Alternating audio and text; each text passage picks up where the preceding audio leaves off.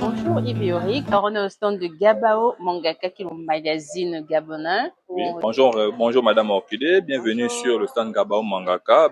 En fait, nous sommes un magazine d'abord de bande dessinée et nous avons comme particularité d'avoir pris le manga, qui est un art graphique d'abord à part entière, pour pouvoir représenter des histoires qui se trouvent à l'intérieur du magazine. Et certaines de ces histoires peuvent être culturelles avec des caractéristiques de chez nous. D'autres histoires peuvent être sociologiques. On peut aussi raconter des contes en se servant du manga, et aussi il y a des histoires typiques divertissement. Et on trouve de tout à l'intérieur. Avant que beaucoup de gens ne se posent la question pourquoi magazine, c'est parce qu'il y a plusieurs types d'histoires à l'intérieur. Et la particularité de notre magazine est que nous apportons le format série dans la bande dessinée gabonaise, ce qui n'avait jamais été fait. Nous avons 4 grandes histoires qui se trouvent à l'intérieur du magazine, qui à chaque nouvelle sortie, c'est la suite. C'est la suite de ces grandes histoires. Mais aussi, à chaque nouvelle sortie de notre magazine, on le complète avec des petites histoires finies et uniques qui ont certains thèmes bien précis, comme des thèmes sociologiques où on va parler d'un monsieur qui vit dans le village, ça parle de la médecine traditionnelle, ou d'un autre thème qui va parler, par exemple, des grossesses précoces en milieu scolaire, dessiné par un duo, Tag et un de ses amis. Et on a aussi une de nos sœurs qui s'appelle Aimée, parce qu'elle a une mère psychologue. Elle a parlé d'un enfant de situation de handicap qui est muet, et elle a dessiné un peu sur ce qui s'est passé. Attendez, je vais vous le montrer. L'histoire dont je parlais, dessinée par Aimée, c'est cette histoire-là. Pas si éloignée que ça. Voilà. Elle parle de cet élève-là en question, ce jeune-là qui est, comme je disais, en situation de handicap, il est muet. Et il va intégrer un établissement tout public, comme nous avons, malheureusement pour nous, dans notre pays, nous n'avons pas des établissements spécialisés ou adaptés à ces gens d'élèves. Donc, il va se retrouver dans une situation qui est totalement inconnue pour lui, mais aussi inconnue pour les autres élèves, parce que ne sachant pas comment communiquer avec le garçon, ils vont le prendre pour un monstre, si on peut dire ça comme ça. Et donc, il va servir un peu de raillerie pour ses copains.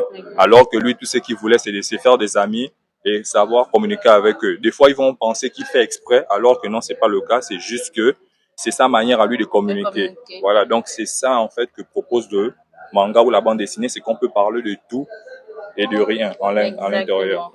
Une des pages originelles de Monsieur Makosso Frank Junior, connu sous le nom de Frank Junior. Là, par exemple, on a Oyan, qui est l'un de ces personnages qui se retrouve dans Zambé Kana plutôt que Kane, dans Zambé Kana. Elle apparaît directement dans le numéro 2. Et on a aussi une représentation de ses pouvoirs, par exemple. C'est vrai qu'au début, on la voit avec ce tissu-là sur l'épaule, on se dit juste que c'est pour orner, mais non. Il s'avérait que c'est l'un de ses pouvoirs qu'elle peut utiliser. C'est la panthère? Oui, c'est la panthère. C'est la panthère Z. Voilà. Donc, ça montre aussi que même avec la bande dessinée, on peut retranscrire certaines choses qui se passent chez nous. Exactement. Et c'est aussi ça le véhicule que l'on veut proposer avec la bande dessinée. Dans le magazine 1, directement, nos histoires passent directement de celle qui est finie pour une autre histoire. Et certains retours qu'on a eu de la part du public nous ont demandé d'avoir des pages de transition ou des pages marqueurs pour que les lecteurs puissent comprendre pourquoi, en fait, parce qu'au début, ils n'avaient pas été compris, ils étaient surpris, ils pensaient qu'ils allaient lire que la même histoire jusqu'au bout. Ils ne savaient pas que c'est beaucoup d'histoires. Voilà, ils ne savaient pas que c'est plusieurs histoires à l'intérieur et que c'était un magazine. Ils se sont dit, on allait lire la même histoire jusqu'au bout. Voilà, jusqu'à la fin. Voilà, donc alors, dans le numéro 2, notre particularité est que l'un de nos auteurs, par exemple, il a aussi montré une page documentation. Très bien.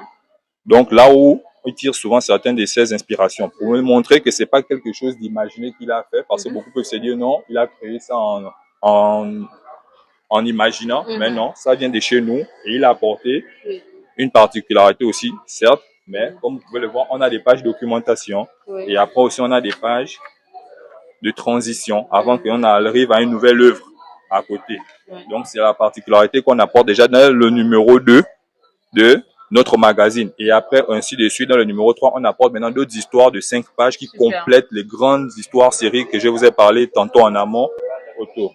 Donc, on a aussi les pages d'actualité où on présente par exemple un de nos confrères dessinateurs en France. Celui qui a dessiné ce manga-là, Encre de Feu, édité en France, avec un scénariste français. Bon, personnellement, j'ai pas été très conquis par la manière dont a été organisé le festival. Je trouve qu'il y avait peut-être une manque de communication ou la communication n'a peut-être pas été assez bien faite parce que depuis mardi que je suis là, je trouve que c'est pas assez bondé. Nous sommes un festival de livres, jeunesse de surcroît. Donc, il devrait quand même avoir un peu plus de personnes. Même si c'est pas les adultes, mais on devrait quand même amener un peu plus des enfants pour participer, pour échanger avec eux, pour savoir ce que l'on fait, ce qui se passe actuellement dans la littérature jeunesse au Gabon. Mais là, il y a vraiment personne. Et c'est un peu dommage que pour un événement de ce genre, les personnes les plus importantes n'y soient pas. Ah, exactement. Ouais, voilà. Exactement. Donc, merci beaucoup. Et puis, encore que vous êtes là juste aussi d'abord pour... voilà, pour se faire connaître d'abord, faire connaître, rencontrer des gens, partager et aussi faire notre publicité. Exactement. Et ces personnes qui achètent souvent parlent autour d'eux, dans leur communauté, ça nous permet de ramener de la lumière et du spotlight sur nous. Et au fur et à mesure, c'est comme ça qu'on grandit en autorité et en popularité. Le fait d'être dans ces festivals, ça nous apporte aussi un argument de poids quand on va combattre ou démarcher les sponsors. Par exemple, on dit aux sponsors, ben, vous demandez où on était. Ben, on était au festival de la littérature jeunesse, par exemple. On était à tel autre, on était au Filiga il y a 2 ans, on sera peut-être encore cette année. Donc, on ne fait que dire, on était par exemple à la bande internationale, à la bande dessinée, le festival international plutôt de la bande dessinée qui est organisé chaque fin d'année. On y est toujours et nous sommes co-organisateurs. Donc, c'est pour dire que nous sommes toujours là. Cette année, il y aura encore, non? Le festival international de la bande dessinée. Bien sûr, c'est chaque année. Ce serait, je crois, même la 11e ou 12e édition. Super. Donc, nous sommes toujours là sur le terrain.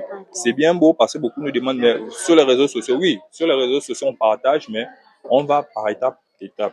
Par exemple, on a beaucoup partagé sur Facebook, mais à partir du mois de juillet, on va ouvrir une page officielle TikTok et Instagram. Parce qu'on sait que plus sur ces réseaux sociaux-là, c'est plus la vidéo. Non, c'est plus la vidéo qui impacte un peu rapidement les abonnés. Et comme on s'est déjà mis de plus en plus en train de travailler sur le travail d'animation, donc on va commencer à lancer la chaîne officielle TikTok en mettant de l'animation de nos propres œuvres, pas des animations imaginées, non. Ce que l'on dessine actuellement dans nos œuvres, c'est ce que l'on va proposer dans les animations sur TikTok. Ok, donc pour terminer, est-ce que vous pouvez présenter un peu, parler un peu de pourquoi on a notre manga à côté de ce qui est encore Naruto.